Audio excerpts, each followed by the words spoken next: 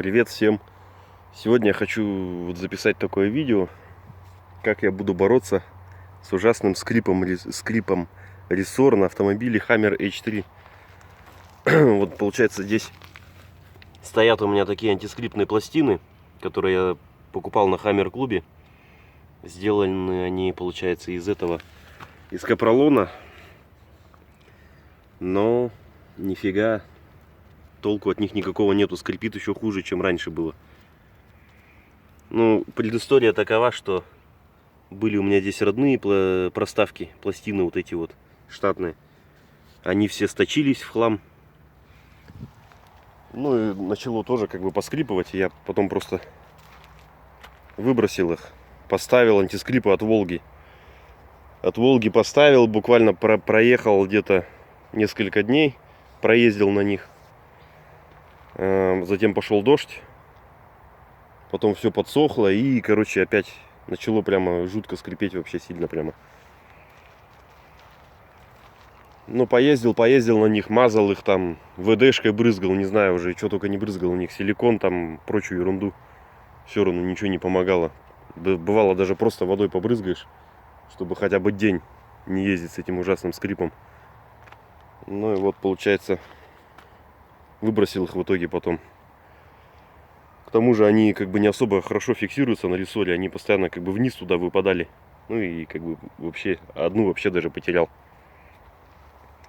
Потом я купил на Hammer клубе, заказал там у человека, он изготавливает из капролона проставки вот эти вот, прокладки антискрипные. Тоже их поставил, ну вроде бы ничего было, поначалу как бы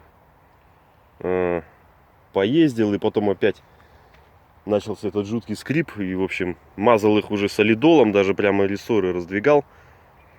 Мазал солидолом, брызгал ВДшкой, в общем туда солидола, не знаю, полбанки, наверное, забухал в эти рессоры. И все равно буквально неделю поездишь, и опять начинается эта фигня, вот так и продолжалась. Ну а скрип вообще в целом звучит вот так. Вот такой в смысле скрип, который сейчас вот у меня есть.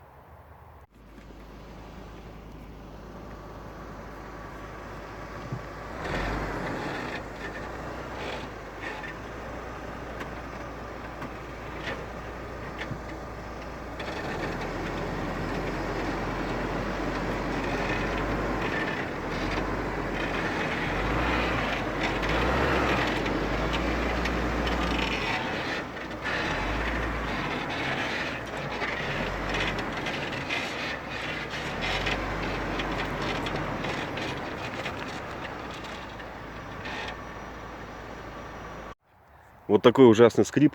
То есть ездить с ним просто невозможно. Он даже его слышно в салоне, когда даже музыку включаешь. Лежачие полицейские, ты едешь как на телеге. Переезжаешь, когда едешь как будто как на телеге, на тебя все оглядываются, думают, что это за ведро такое едет. Ну, в общем, ездить некомфортно, стыдно. В итоге купил очередную попытку.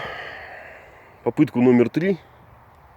Получается, заказал полиуретановые вот такие проставки. Ну, не знаю, буду сейчас их ставить. Это новосибирские, получается. Полиуретан.ру или где там, я уже не помню, где их заказывал-то.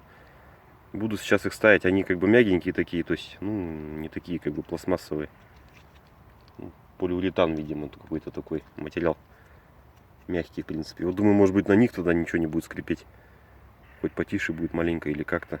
Но уже не знаю, просто уже другого варианта нету. Так уже.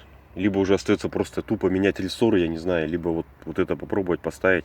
Посмотрим, как оно себя поведет. Вот в комплекте их тут сколько? Получается 8 штук. 8 проставок. Чтобы их поменять, надо, вот я как обычно делал, просто заезжаю вот на такую горку, допустим. Вывешиваю заднее колесо. Ну, колесо вывешивается. И монтажкой как бы подэтываешь. Подгинаешь рессоры там. Между рессор вставляешь ее и разгинаешь их. Дополнительно можно лопатой зафиксировать, чтобы ничего не соскочило. Ну, вот этот. Обычно два вот этих инструмента всегда помогают. Ну, вот буду сейчас пробовать менять. Вот вывесил колесо. Буду сейчас разгинать рессоры и вставлять туда новые проставки. Вот капролон. Плохо видно, конечно. Сейчас попробую заснять по-другому. Прибавить яркость чуть-чуть.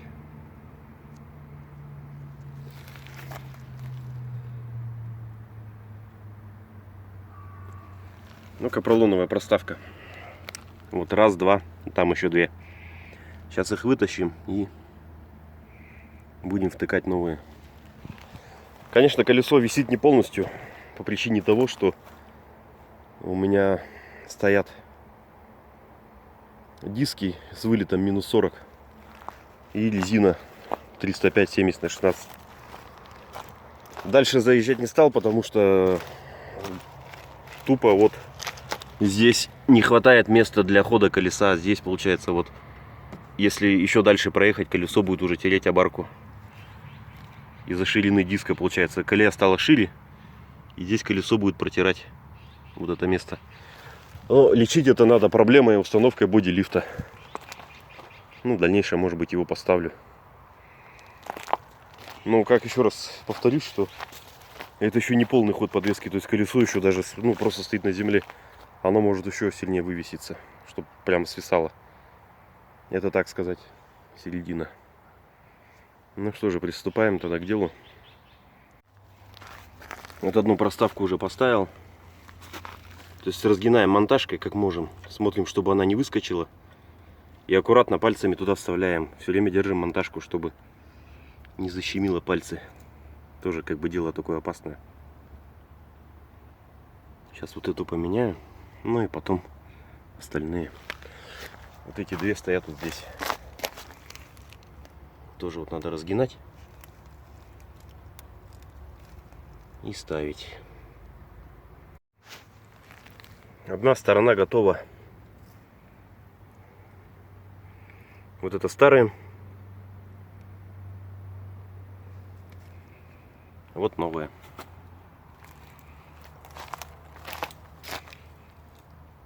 Надеюсь, это поможет.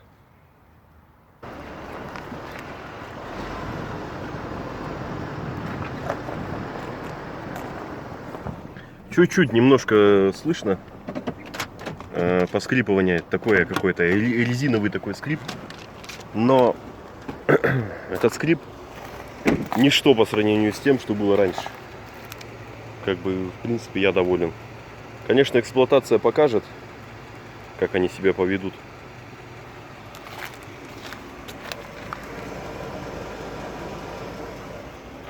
Черт его знает.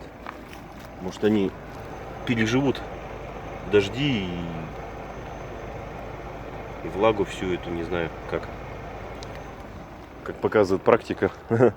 Предыдущие антискрипы дожди не любили. После дождей начинался адский скрежет, который вот недавно слышали.